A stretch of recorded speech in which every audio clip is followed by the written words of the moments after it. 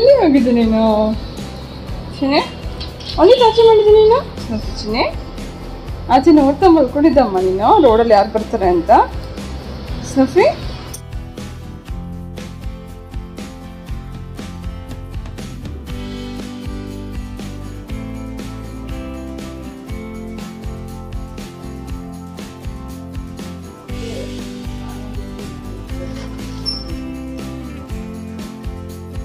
ಬೆಳಗ್ಗೆ breakfast mix vegetable pulao raita ಹಾಗೆ ರೀಸೆಂಟಾಗಿ ಮುರುಕು ಮಾಡಿದೆ, ಅದನ್ನು ಸರ್ವ್ ಮಾಡ್ತಾ ಇದ್ದೀನಿ.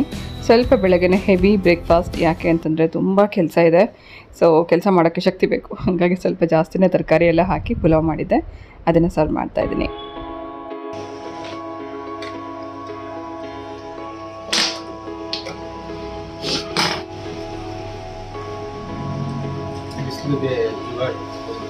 ಏನು ಅಜ್ಜಿಗೆ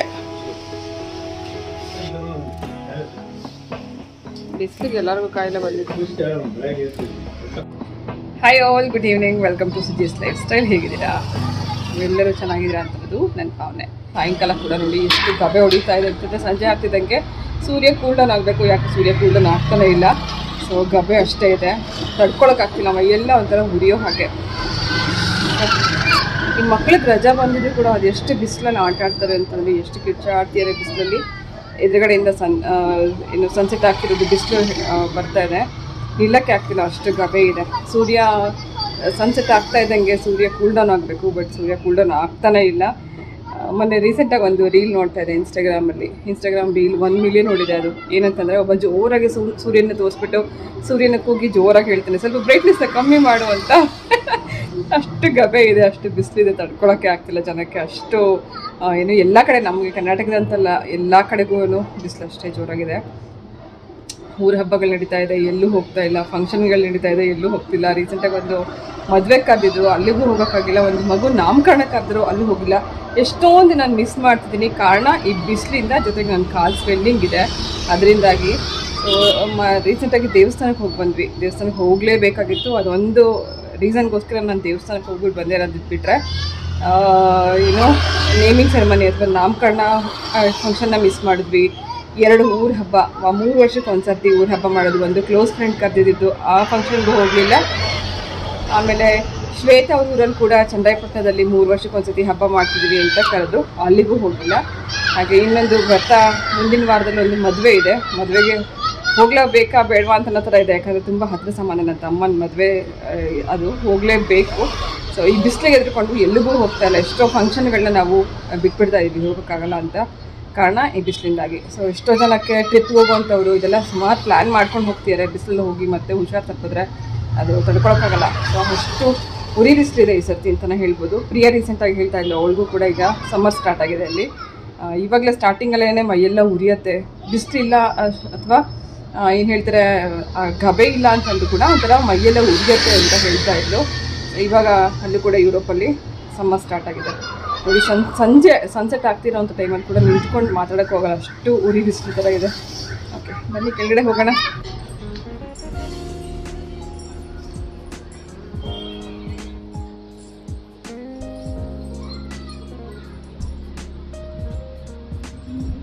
ಫ್ಯಾನ್ ನೋಡಿ ಓಡ್ತಾನೆ ಇರುತ್ತೆ, 24 ಗಂಟೆ ಫ್ಯಾನ್ ನಿಲ್ಲದೇ ಇಲ್ಲ.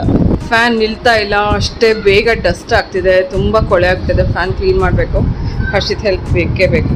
ಇವತ್ತಷ್ಟೇ ಗಟನೆಲ್ಲ ತೆಗೆದು ವಾಶ್ಗೆ ಹಾಕಿದ್ವಿ, ತುಂಬ ಧೂಳಾಗಿತ್ತು. ಅಫ್ಕೋರ್ಸ್ ಅಶೋಕ್ಟ ನೀನೇ ಬೇಕು, ಅಶೋಕ್ಟ ಹೆಲ್ಪ್ಗೆ. ಓಕೆ, ಕೆಲವು ಬಟ್ಟೆಗಳನ್ನ ಆನ್ಲೈನಲ್ಲಿ ಆರ್ಡರ್ ಮಾಡಿದ್ದೆ ಅಮೆಝಾನಿಂದ, ಅದೆಲ್ಲ ಬಂದಿದೆ. ಅಮೆಝಾನಿಂದ ಕೆಲವು ಬಟ್ಟೆಗಳನ್ನ ತರಿಸಿದ್ದೀನಿ. ಈಗ ಸಮ್ಮರ್ ಸೇಲ್ ಅಂತ ನಡೀತಾ ಇದೆ, ಸೇಲ್ ಟೈಮಲ್ಲಿ ತಗೊಳ್ಳೋದ್ರಿಂದ ಕಡಿಮೆ ಆಗುತ್ತೆ.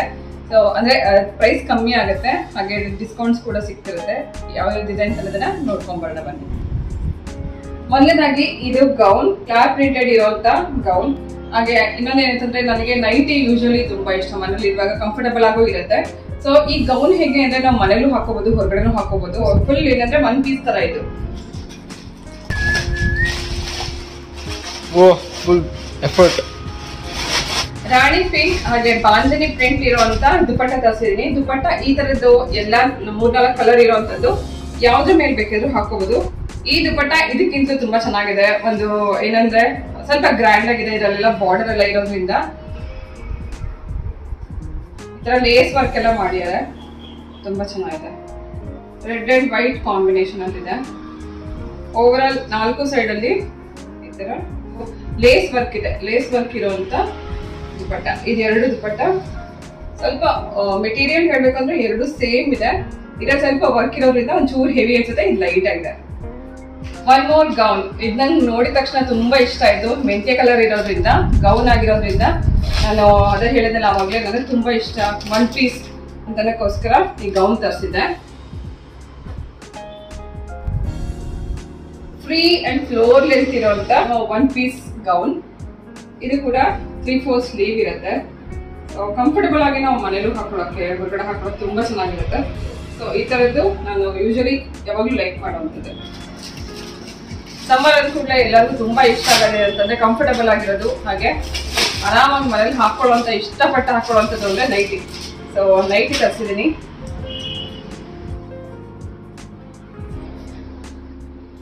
ಇದಕ್ಕೆ ಮುಂಚೆ ಕೂಡ ನಾನು ಕಫ್ತಾನ್ ನೈಟಿ ತರಿಸಿದ್ದೀನಿ. ಆಕ್ಚುಲಿ ಇದು ಕೂಡ ನಾನು ಇವಾಗ ಹಾಕೊಂಡಿರೋದು ಕಫ್ತಾನ್ ನೈಟಿ. ಸೈಡ್ ಅಲ್ಲಿ ಈ ತರ ಎಕ್ಸ್ಟ್ರಾ ಇರುತ್ತೆ, ಅದಕ್ಕೆ ಕಫ್ತಾನ್ ಅಂತ ಕರೀತಾರೆ. ನಾವು ಇದನ್ನ ಟೈ ಮಾಡ್ಕೋಬಹುದು. ಸೊ ತುಂಬಾ ಫ್ರೀ ಆಗಿರುತ್ತೆ. ಬ್ಲೂ ಅಂಡ್ ಆಕ್ಚುಲಿ ನಂಗೆ ಬ್ಲೂ ತುಂಬಾ ಇಷ್ಟ. ನಾನು ಇವಾಗ ಹಾಕೊಂಡಿರೋದು ಕೂಡ ಅದೇ ಕಲರ್. ಸೊ ಬ್ಲೂ ಕಲರ್ ಅಲ್ಲಿ ಇರುವಂತ ಕಫ್ತಾನ್ ನೈಟಿ ತರಿಸಿದ್ದೀನಿ. ನಾವು ಟೈ ಮಾಡಿದಾಗ ಏನಾಗುತ್ತೆ ಅಂದ್ರೆ ಸೊಂಟದ ಹತ್ರ ಈ ತರ ಟೈಟ್ ಆಗುತ್ತೆ. ನಾನು ಇವಾಗ ಹಾಕೊಂಡಿರೋದು ಕೂಡ ಹೀಗೆ ಇದೆ ನೋಡಿ. ನಮ್ಗೆ ಬೇಕಂದಾಗ ಲೂಸ್ ಮಾಡ್ಕೋಬಹುದು ಅಥವಾ ಟೈಟ್ ಮಾಡ್ಕೋಬಹುದು. ಈ ತರ ಇರುತ್ತೆ. ಕಫ್ತಾನ್ ಅಂದ್ರೆ ಫ್ರೀ ಆಗಿರುತ್ತೆ. ನಾವು ಈ ತರ ಕಟ್ಕೊಂಡು ಎಷ್ಟು ಟೈಟ್ ಬೇಕೋ ಅಥವಾ ಮಾಡ್ಕೋಬಹುದು. ಇದೇ ರೀತಿ ಸೇಮ್ ನೈಟಿ ಇದು ಮೆಟೀರಿಯಲ್ ಹೇಳ್ಬೇಕಂದ್ರೆ ಇದು ಕಾಟನ್ ಮೆಟೀರಿಯಲ್. ಬ್ಲೂ ಮತ್ತೆ ವೈಟ್ ಕಾಂಬಿನೇಷನ್ ಅಲ್ಲಿ ಇದೆ. ಬ್ಲೂ ರೆಡ್ ವೈಟ್ ಕಾಂಬಿನೇಷನ್ ಅಲ್ಲಿ ಇರುವಂತ ಕಫ್ತಾನ್ ನೈಟಿ. ಸೊ ಇದಿಷ್ಟು ನಾನು ಇವತ್ತು ಸಮ್ಮರ್ಗೆ ಅಂತ ಹಾಕೊಳ್ಳೋಕೆ ಅಂತ ತರಿಸಿರುವಂತ ಕೆಲವು ಬಟ್ಟೆಗಳ ಹಾಲ್ ಆಗಿದೆ. ಅಮೆಝಾನಲ್ಲಿ ಈಗ ಸಮ್ಮರ್ ಸೇಲ್ ಅಂತ ನಡೀತಾ ಇದೆ. ಈ ಟೈಮಲ್ಲಿ ನೀವು ತಗೊಳ್ಳೋದ್ರಿಂದ ಒಳ್ಳೆ ಒಳ್ಳೆ ಬಟ್ಟೆಗಳು ಕೂಡ ನಿಮಗೆ ತುಂಬ ಕಡಿಮೆ ಬೆಲೆಗೆ ಸಿಗುತ್ತೆ.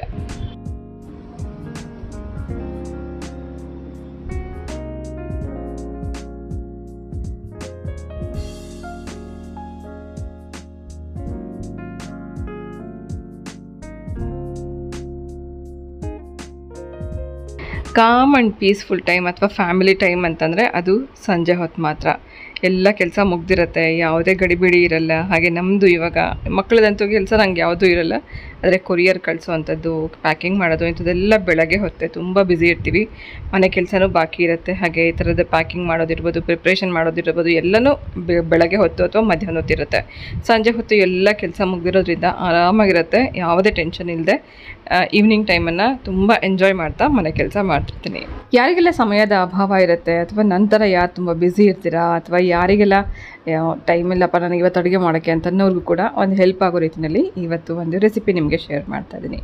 ಇದು ನಾನು ಮುಂಚೆಯಿಂದ ಫಾಲೋ ಮಾಡ್ತಿರೋವಂಥ ಒಂದು ಕೆಲವು ರೆಸಿಪೀಸ್. ಅದು ಪ್ರೀ ಮಿಕ್ಸ್ ಅಥವಾ ರೆಡಿ ಪೌಡರ್ಸ್ನ ರೆಡಿ ಮಾಡಿ ಇಟ್ಕೊಳ್ಳೋದು. ಯಾವಾಗ ನಮ್ಗೆ ಟೈಮ್ ಸಿಗಲ್ಲ ಅಂತ ಅನಿಸುತ್ತೆ ಅಂಥ ಸಮಯದಲ್ಲಿ ಖಂಡಿತ ನಿಮಗಿದು ಹೆಲ್ಪ್ ಆಗುತ್ತೆ. ರೀಸೆಂಟಾಗಿ ನಾನು ನಿಮಗೆ ತೋರಿಸಿದ್ದೆ ದಾಲ್ ಪ್ರೀ ಮಿಕ್ಸ್. ಅದಂತೂ ಎಷ್ಟು ಹೆಲ್ಪ್ ಆಗುತ್ತೆ. ಎಷ್ಟೋ ಸತಿ ನಾವು ಬೇಳೆ ಇಲ್ದಲೇ ಇರೋವಂಥ ಟೈಮಲ್ಲಿ ಸಾಂಬಾರು ಮಾಡ್ಕೋಬೋದು ಅಥವಾ ಇನ್ಸ್ಟೆಂಟಾಗಿ ದಾಲ್ ಮಾಡ್ಕೋಬೋದು ಅಥವಾ ಏನೋ ಒಂದು ಕ್ವಿಕ್ಕಾಗಿ ಮಾಡ್ಕೊಳ್ಳೋದಕ್ಕೆ ಹೆಲ್ಪ್ ಆಗೋ ಥರ ಈ ಥರದ ಪ್ರಿಪ್ರೇಷನ್ ನಾನು ಸಾಕಷ್ಟು ಮಾಡಿರ್ತೀನಿ. ಸೊ ಇದು ಕೆಲವು ಎಕ್ಸ್ಪೆರಿಮೆಂಟ್ಸ್ ಮಾಡೋದ್ರ ಮೂಲಕ ನನಗೆ ಸಕ್ಸಸ್ ಆಗಿರೋಂಥದ್ದನ್ನು ಮಾತ್ರ ನಿಮ್ಮ ಜೊತೆಗೆ ಶೇರ್ ಮಾಡ್ತೀನಿ. ಇವತ್ತು ಉದ್ದಿನ ಹಿಟ್ಟು ಮಾಡಿಟ್ಟಿದ್ದೀನಿ. ಉದ್ದಿನ ಬೇಳೆನ ಚೆನ್ನಾಗಿ ತೊಳೆದು ಬಿಸಿಲಲ್ಲಿ ಒಣಗಿಸಿ ಪೌಡರ್ ಮಾಡಿ ಒಂದು ಬಾಟ್ಲಲ್ಲಿ ಹಾಕಿ ಇಟ್ಕೊಂಡಿದ್ದೀನಿ. ಉದ್ದಿನ ಹಿಟ್ಟು ಒಂದಿದ್ರೆ ಯಾವಾಗ ಬೇಕಾದ್ರೂ ನಾವು ಬ್ರೇಕ್ಫಾಸ್ಟ್ ಮಾಡ್ಕೋಬೋದು ಅಥವಾ ಈವ್ನಿಂಗ್ ಸ್ನ್ಯಾಕ್ಸ್ ಮಾಡ್ಕೋಬೋದು. ಇನ್ಸ್ಟೆಂಟಾಗಿ ಏನಾದರೂ ಬೇಕಾದಾಗಲೂ ಕೂಡ ಉದ್ದಿನ ಹಿಟ್ಟಿಂದ ಏನು ಬೇಕಾದ್ರೂ ನಾವು ಮಾಡ್ಕೋಬೋದು. ಸೊ ಉದ್ದಿನ ಹಿಟ್ಟನ್ನು ಒಂದು ಅರ್ಧ kg ಅಷ್ಟನ್ನು ಮಿಕ್ಸಿನಲ್ಲೇ ಪೌಡ್ರ್ ಮಾಡಿ ಇಟ್ಕೊಂಡಿದ್ದೀನಿ. ಅದನ್ನು ಹೇಗೆ ಉಪಯೋಗಿಸ್ಕೊಳ್ಳೋದು ಅಂತ ಅದನ್ನು ಇವತ್ತಿನ ವೀಡಿಯೋದಲ್ಲಿ ನಿಮಗೆ ಶೇರ್ ಮಾಡ್ತಿದ್ದೀನಿ.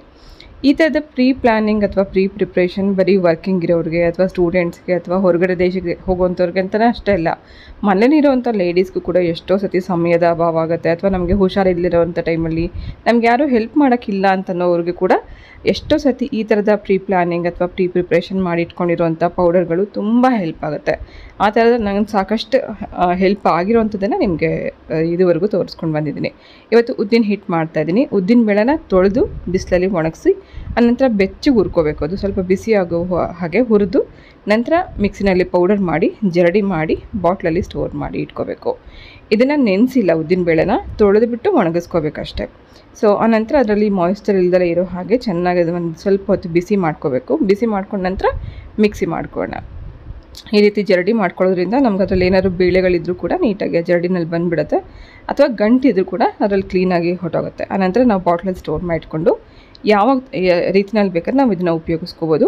ಸೊ ನೆಕ್ಸ್ಟ್ ವೀಡಿಯೋದಲ್ಲಿ ನಾನು ನಿಮಗೆ ಇದನ್ನು ಉಪಯೋಗಿಸ್ಕೊಂಡು ಬ್ರೇಕ್ಫಾಸ್ಟ್ ರೆಸಿಪೀಸ್ ಹೇಗೆ ಮಾಡ್ಕೋಬೋದು ಅಂತ ತೋರಿಸ್ತೀನಿ. ಇವತ್ತು ಮನೆಯಲ್ಲಿ ಹಸ್ಬೆಂಡ್ಗೆ ಮತ್ತು ಹರ್ಷಿತ್ಗೆ ತುಂಬ ಇಷ್ಟ ಆಗಿರುವಂಥ ಒಂದು ರೆಸಿಪಿ, ಅದು ಉದ್ದಿನ ವಡೆ. ಅದನ್ನು ಹೇಗೆ ಮಾಡೋದು ಅಂತ ನೋಡೋಣ. ಇದೇ ಸೇಮ್ ಉದ್ದಿನ ಹಿಟ್ಟನ್ನು ಬಳಸ್ಕೊಂಡು ಕ್ರಿಸ್ಪಿಯಾಗಿರುವಂಥ ವಡೆ ಕೂಡ ನಾವು ಮಾಡ್ಕೋಬೋದು. ನೋಡಿ, ಉದ್ದಿನ ಹಿಟ್ಟು ರೆಡಿ ಇದೆ. ಒಂದು ಬಾಟ್ಲಲ್ಲಿ ಸ್ಟೋರ್ ಮಾಡಿ ಇಟ್ಕೊಂಡಿದ್ರೆ ತುಂಬ ದಿನ ನಿಮಗೆ ಏನು ಇದು ಹಾಳಾಗಲ್ಲ. ಚೆನ್ನಾಗಿ ಬಿಸಿಲಲ್ಲಿ ಒಣಗಿಸಿರೋದ್ರಿಂದ ಚೆನ್ನಾಗಿರುತ್ತೆ. ಸೊ ಹಸಿ ಇರೋ ರೀತಿಯಲ್ಲಿ ನೀವು ನೋಡ್ಕೋಬೇಕು. ನಾನು ಇದನ್ನು ಪೌಡ್ರ್ ಮಾಡಿ ಬಾಟ್ಲಲ್ಲಿ ಸ್ಟೋರ್ ಮಾಡಿ ಇಟ್ಕೊಂಡಿದ್ದೀನಿ. ಉಳಿದಿರೋ ಅಂಥದ್ದನ್ನು ವಡೆಗೋಸ್ಕರ ಕಲಿಸ್ಕೊತಾ ಇದ್ದೀನಿ. ಒಂದು ಮುಖ್ಯವಾಗಿ ಗಮನ ಕೊಡಬೇಕಾಗಿರೋದೇ ಅಂದರೆ ಆದಷ್ಟು ಇದನ್ನು ನೈಸಾಗಿ ಪೌಡ್ರ್ ಮಾಡ್ಕೋಬೇಕು, ಎಲ್ಲೂ ತರಿ ಇರಬಾರ್ದು. ಸೊ ಉದ್ದಿನ ವಡೆಗೆ ಸ್ವಲ್ಪ ಹಿಟ್ಟನ್ನು ನಾನು ಇಲ್ಲಿ ತೊಗೊಂಡು ಅದಕ್ಕೆ ಸ್ವಲ್ಪ ರುಚಿಗೆ ತಕ್ಕಷ್ಟು ಉಪ್ಪು ಹಾಕಿದ್ದೀನಿ, ಹಾಗೆ ಚಿಲ್ಲಿ ಫ್ಲೇಕ್ಸ್ ಹಾಕಿದ್ದೀನಿ, ಒಣಮೆಣಸಿನ್ಕಾಯಿ ಮತ್ತು ಒಣಗಿರೋ ಕರಿಬೇವನ್ನು ಸ್ವಲ್ಪ ಕ್ರಷ್ ಮಾಡಿ ಇಟ್ಕೊಂಡಿರೋದನ್ನು ಹಾಕಿದ್ದೀನಿ, ಹಾಗೆ ಸ್ವಲ್ಪ ಇಂಗು ಹಾಕೋಣ. ಉದ್ದಿನಬೇಳೆ ಸ್ವಲ್ಪ ಗ್ಯಾಸ್ಟ್ರಿಕ್ ಆಗೋದ್ರಿಂದ ಒಂಚೂರು ಇಂಗು ಹಾಕ್ಕೊಳ್ಳೋದ್ರಿಂದ ಗ್ಯಾಸ್ಟ್ರಿಕ್ ಆಗಲ್ಲ, ಡೈಜೆಷನ್ಗೂ ಒಳ್ಳೆಯದು. ಆನಂತರ ಸ್ವಲ್ಪನೇ ನೀರು ಹಾಕ್ಕೊಂಡು ಈ ಹಿಟ್ಟನ್ನು ಕಲಿಸ್ಕೊಳ್ಳೋಣ. ವಡೆಗೆ ನಾವು ಕಲಿಸ್ತಿರೋದ್ರಿಂದ ಆದಷ್ಟು ಸ್ವಲ್ಪ ಗಟ್ಟಿಯಾಗಿ ಕಲಿಸ್ಕೋಬೇಕು, ನೀರು ಜಾಸ್ತಿ ಹಾಕಬಾರ್ದು.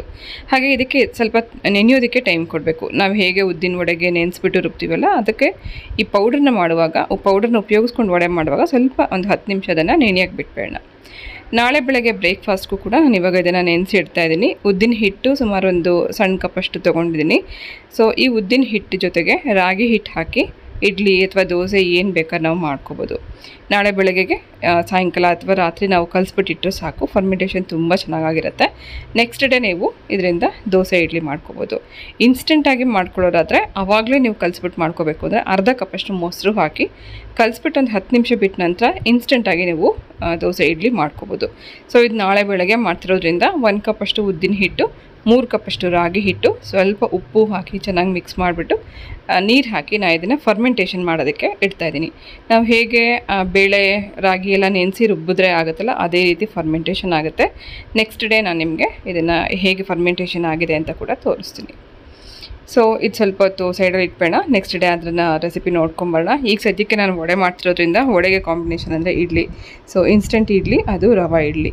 ರವೆ ಇಡ್ಲಿ ಮಾಡೋದಕ್ಕೆ ಒಂದು 2 ಸ್ಪೂನಷ್ಟು ಎಣ್ಣೆಯಲ್ಲಿ ಕಡಲೆಬೇಳೆ, ಉದ್ದಿನಬೇಳೆ, ಸಾಸಿವೆ, ಸ್ವಲ್ಪ ಗೋಡಂಬಿ ಕಟ್ ಮಾಡಿ ಹಾಕಿದ್ದೀನಿ. ಆನಂತರ ಚಿಲ್ಲಿ ಫ್ಲೇಕ್ಸ್ ಹಾಕಿದ್ದೀನಿ. ಸ್ವಲ್ಪ ಹೊತ್ತು ಇದನ್ನು ಫ್ರೈ ಮಾಡ್ಕೊಂಡ ನಂತರ ಇದಕ್ಕೆ 1 ಕಪ್ಪಷ್ಟು ಬಾಂಬೆ ರವೆ ಅಥವಾ ಉಪ್ಪಿಟ್ಟು ರವೆ ಹಾಕಿ ಸ್ವಲ್ಪ ಬಿಸಿ ಮಾಡ್ಕೊಳ್ಳೋಣ. ಸೊ ಇದನ್ನು ಹುರಿಬೇಕು ಅಂತೇನಿಲ್ಲ, ಆ ಎಣ್ಣೆಯಲ್ಲಿ ಸ್ವಲ್ಪ ಹೊತ್ತು ಬಿಸಿ ಆಗಬೇಕು, ಆ ಒಗ್ಗರಣೆ ಎಲ್ಲ ಚೆನ್ನಾಗಿ ರವೆನಲ್ಲಿ ಮಿಕ್ಸ್ ಆಗಬೇಕು. ಇಷ್ಟ ಆದರೆ ಸಾಕು. ಇದಕ್ಕೆ ನಾವು ಇನ್ಸ್ಟೆಂಟಾಗಿ ರವೆ ಇಡ್ಲಿ ಮಾಡ್ತಿರೋದ್ರಿಂದ ಸುಮಾರು ಒಂದು ಅರ್ಧ ಕಪ್ಪಷ್ಟು ಮೊಸರು, ಒಂದು ಸ್ವಲ್ಪ ಉಪ್ಪು ಹಾಕಿ ಕಲಸಿ ಒಂದು 10 ನಿಮಿಷ ಬಿಟ್ಬೇಡ. ಯಾವುದೇ ಇನ್ಸ್ಟೆಂಟಾಗಿ ಮಾಡೋದಕ್ಕೂ ಕೂಡ ಒಂದು 10 ನಿಮಿಷ ಟೈಮ್ ಕೊಡಲೇಬೇಕಾಗುತ್ತೆ ಇದನ್ನೆಲ್ಲ ನೆನೆಯೋದಕ್ಕೆ. ನಾನೀಗಾಗಲೇ ಹೇಳಿದಲ್ವ, ಉದ್ದಿನ ವಡೆಗೂ ಒಂದು 10 ನಿಮಿಷ ಟೈಮ್ ಕೊಡಬೇಕು, ರವೆ ಇಡ್ಲಿಗೂ ಟೈಮ್ ಕೊಡಬೇಕು. ನಾವು ಎಲ್ಲೆಲ್ಲಿ ಇನ್ಸ್ಟೆಂಟಾಗಿ ಮಾಡ್ತೀವಿ ಅಲ್ಲೆಲ್ಲ ಸ್ವಲ್ಪ ಹೊತ್ತು ಅದಕ್ಕೆ ಒಂದು ಸ್ಟ್ಯಾಂಡಿಂಗ್ ಟೈಮ್ ಅಂತ ಕೊಡಬೇಕು, ಅಥವಾ ಒಂದು ಸ್ವಲ್ಪ ನೆನೆಯೋದಕ್ಕೆ ಸಮಯ ಕೊಡಬೇಕು. ಇದಕ್ಕೂ ಸ್ವಲ್ಪ ನೀರು ಹಾಕಿ ಕಲಸಿ ಒಂದು 10 ನಿಮಿಷ ಸೈಡಲ್ಲಿ ಇಡ್ತಾಯಿದ್ದೀನಿ. ರವೆ ಇಡ್ಲಿ ಆಗಿರೋದ್ರಿಂದ ಒಂದು 10 ನಿಮಿಷ ನೆಂದ ನಂತರ ನಾವು ಇಡ್ಲಿ ಮಾಡ್ಕೋಬೋದು. ಅಟ್ ದ ಸೇಮ್ ಟೈಮ್ ಆ 10 ನಿಮಿಷದಲ್ಲಿ ನಾವೊಂದು ಸಾಂಬಾರು ಮಾಡ್ಕೊಳ್ಳೋಣ. ಇದು ಕೂಡ ಪ್ರೀಮಿಕ್ಸ್ ಪೌಡರ್ನ ಬಳಸ್ಕೊಂಡು ಮಾಡ್ತಿರೋಂಥ ಸಾಂಬಾರು. ಮೊದಲನೇದಾಗಿ ಒಂದು ಸ್ವಲ್ಪ ಸಾಸಿವೆ, ಜೀರಿಗೆ, ಎಣ್ಣೆಯಲ್ಲಿ ಒಗ್ಗರಣೆ ಮಾಡ್ಕೊಂಡ ನಂತರ ಸಣ್ಣಗೆ ಕಟ್ ಮಾಡಿರೋಂಥ ಒಂದು ಈರುಳ್ಳಿ ಹಾಕಿದ್ದೀನಿ. ಈರುಳ್ಳಿ ಸ್ವಲ್ಪ ಹೊತ್ತು ಹುರ್ಕೊಂಡ ನಂತರ 2 ಟೊಮೆಟೊ ಗ್ರೈಂಡ್ ಮಾಡಿ ಇಟ್ಕೊಂಡಿರೋದನ್ನ ಹಾಕಿದ್ದೀನಿ. ಟೊಮೆಟೊ ಸ್ವಲ್ಪ ಅದು ಹಸಿ ವಾಸನೆ ಹೋಗೋವರೆಗೂ ಇದನ್ನು ಫ್ರೈ ಮಾಡ್ಕೊಳ್ಳೋಣ. ಸೊ ಈ ಟೊಮೆಟೊದು ಹಸಿ ವಾಸನೆ ಹೋಗಿದೆ ಅಂತ ಗೊತ್ತಾದ ನಂತರ ಒಂದು 1/4 ಸ್ಪೂನಷ್ಟು ಅರಿಶಿನ, 1 ಸಣ್ಣ ಸ್ಪೂನಷ್ಟು ಸಾಂಬಾರು ಪೌಡರ್, ಹಾಗೆ 3 ಸ್ಪೂನಷ್ಟು ದಾಲ್ ಪ್ರೀಮಿಕ್ಸ್ ಹಾಕ್ತಾಯಿದ್ದೀನಿ. ನಾನಿಲ್ಲಿ ಬೇಳೆ ಉಪಯೋಗಿಸ್ತಾ ಇಲ್ಲ, ಸಾಂಬಾರು ಗಟ್ಟಿ ಬರೋದಕ್ಕೋಸ್ಕರ ಉಪಯೋಗಿಸಿರೋದು ದಾಲ್ ಪ್ರೀಮಿಕ್ಸ್. ಇದೇನು ಬೇಡ ಅಂತಂದ್ರೂ ಕೂಡ ನೀವು ಈ ದಾಲ್ ಪ್ರೀಮಿಕ್ಸ್ಗೆ ಬರೀ ನೀರು ಹಾಕಿ ಕುದಿಸ್ಕೊಂಡ್ರೂ ಕೂಡ ನಿಮಗೊಂದು ದಾಲ್ ರೆಡಿ ಆಗುತ್ತೆ. ಆ ಥರದ ಒಂದು ಪೌಡರ್ ಇದು. ಸೊ ಮಲ್ಟಿಪರ್ಪಸ್ ಯೂಸ್ ಮಾಡ್ಕೋಬೋದು. ಹಾಗೆ ಇದಕ್ಕೆ ರುಚಿಗೆ ತಕ್ಕಷ್ಟು ಉಪ್ಪು ಹಾಕಿದ್ದೀನಿ. ಚೆನ್ನಾಗಿ ಇದನ್ನು ಒಂದು ಸ್ವಲ್ಪ ಹೊತ್ತು ಒಗ್ಗರಣೆಯಲ್ಲಿ ಪೌಡರ್ಗಳನ್ನೆಲ್ಲ ಮಿಕ್ಸ್ ಮಾಡ್ಕೋಬೇಕು. ಆನಂತರ ನೀರು ಹಾಕಿ ಕುದಿಸ್ಕೊಂಡ್ರೆ ಇನ್ಸ್ಟೆಂಟಾಗಿ 10 ನಿಮಿಷದಲ್ಲಿ ಸಾಂಬಾರು ರೆಡಿ ಆಗುತ್ತೆ. ಈ ಸಾಂಬಾರು ಅನ್ನಕ್ಕೂ ಚೆನ್ನಾಗಿರುತ್ತೆ, ಹಾಗೆ ಇಡ್ಲಿ, ದೋಸೆ ಇಂಥದಕ್ಕೂ ಕೂಡ ತುಂಬ ಚೆನ್ನಾಗಿರುತ್ತೆ. 10 ನಿಮಿಷ ಕುದಿಸ್ಕೊಂಡಿದ ತಕ್ಷಣ ನಾನು ಇದನ್ನು ಸ್ಟವ್ ಆಫ್ ಮಾಡೋಕ್ಕೂ ಮುಂಚೆ ಕಟ್ ಮಾಡಿರೋ ಕೊತ್ತಂಬರಿ ಹಾಕಿದ್ದೀನಿ. ಹುಣಸೆ ಹಣ್ಣು ನಾನು ಇಲ್ಲಿ ಹಾಕಿಲ್ಲ, ಯಾಕಂದರೆ 2 ಟೊಮೆಟೊ ಹಾಕಿರೋದ್ರಿಂದ ನಮ್ಗೆ ಆ ಹುಳಿನೇ ಸಾಕಾಗುತ್ತೆ. ಸೊ ಚೆನ್ನಾಗಿ ಕುದ್ದಿದೆ. ಅದಾದ ನಂತರ ಲಾಸ್ಟಲ್ಲಿ ಕೊತ್ತಂಬರಿ ಸೊಪ್ಪು ಹಾಕಿ ಸ್ಟವ್ ಆಫ್ ಮಾಡಿದೆ. ಅದೇ 10 ನಿಮಿಷದಲ್ಲಿ ಇಲ್ಲಿ ರವೆ ಕೂಡ ಚೆನ್ನಾಗಿ ನೆಂದಿದೆ, ಹಾಗೆ ವಡೆಗೂ ಹಿಟ್ಟು ಕೂಡ ನೆಂದಿದೆ. ಇದೆರಡಕ್ಕೂ ಸ್ವಲ್ಪ ಕೊತ್ತಂಬರಿ ಸೊಪ್ಪು ಹಾಕಿದ್ದೀನಿ.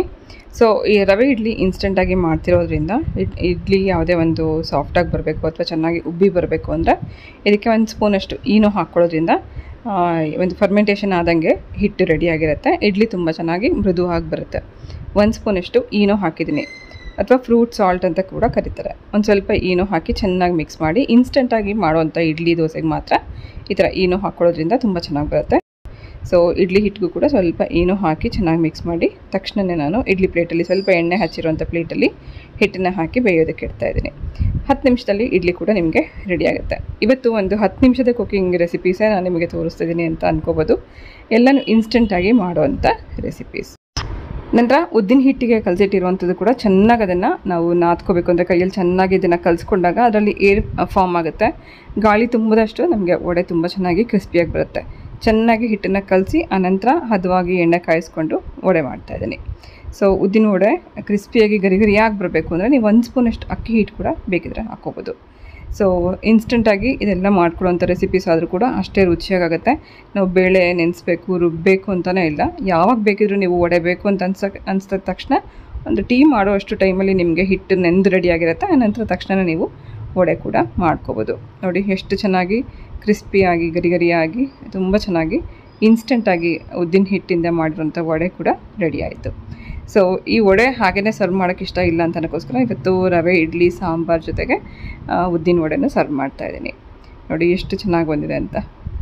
ಸೊ ಡಿಯರ್ಸ್, ಈ ರೀತಿ ಟೈಮ್ ಸೇವ್ ಮಾಡಿಕೊಂಡು ಕುಕ್ಕಿಂಗ್ ಮಾಡೋದ್ರಿಂದ ನಮಗೆ ಸಾಕಷ್ಟು ಸಮಯದ ಉಳಿತಾಯ ಆಗುತ್ತೆ. ಹಾಗೆ ರುಚಿನಲ್ಲಿ ಕೂಡ ಎಲ್ಲೂ ಕೂಡ ಕಾಂಪ್ರಮೈಸ್ ಆಗೋ ಹಾಗೆ ಇಲ್ಲ, ಎಲ್ಲರೂ ತುಂಬ ಚೆನ್ನಾಗಿ ಬರುತ್ತೆ.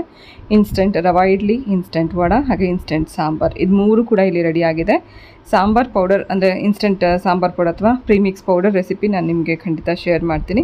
ಹಾಗೆ ವಡೆಗೆ ನೀವು ಬೇಳೆನ ಚೆನ್ನಾಗಿ ತೊಳೆದು ಒಣಗಿಸಿ ನಂತರ ಸ್ವಲ್ಪ ಬೆಚ್ಚಿಗೆ ಹುರ್ಕೊಂಡು ಪೌಡರ್ ಮಾಡಿಟ್ಕೊಂಡ್ರೆ ಇನ್ಸ್ಟೆಂಟ್ ವಡೆ ಕೂಡ ಮಾಡ್ಕೋಬೋದು. ಖಂಡಿತ ಎಲ್ಲ ರೆಸಿಪಿ ಟ್ರೈ ಮಾಡಿ, ಮಾಡಿದ್ಮೇಲೆ ಹೇಗಿತ್ತು ಅಂತ ಕಮೆಂಟ್ ಮಾಡಿ ತಿಳಿಸಿ. ಸೊ ಡಿಯರ್ಸ್, ಇವತ್ತಿನ ಈ ಬ್ಲಾಗ್ ಜೊತೆಗೆ ನಾನು ಹೊರಡ್ತಾ ಇದ್ದೀನಿ. ಮತ್ತೆ ಸಿಗ್ತೀನಿ ನಾಳೆ ಇನ್ನೊಂದು ಇಂಟ್ರೆಸ್ಟಿಂಗ್ ಆಗಿರುವಂಥ ಬ್ಲಾಗ್ ಜೊತೆಗೆ. ಹೋಗಲ್ಲ.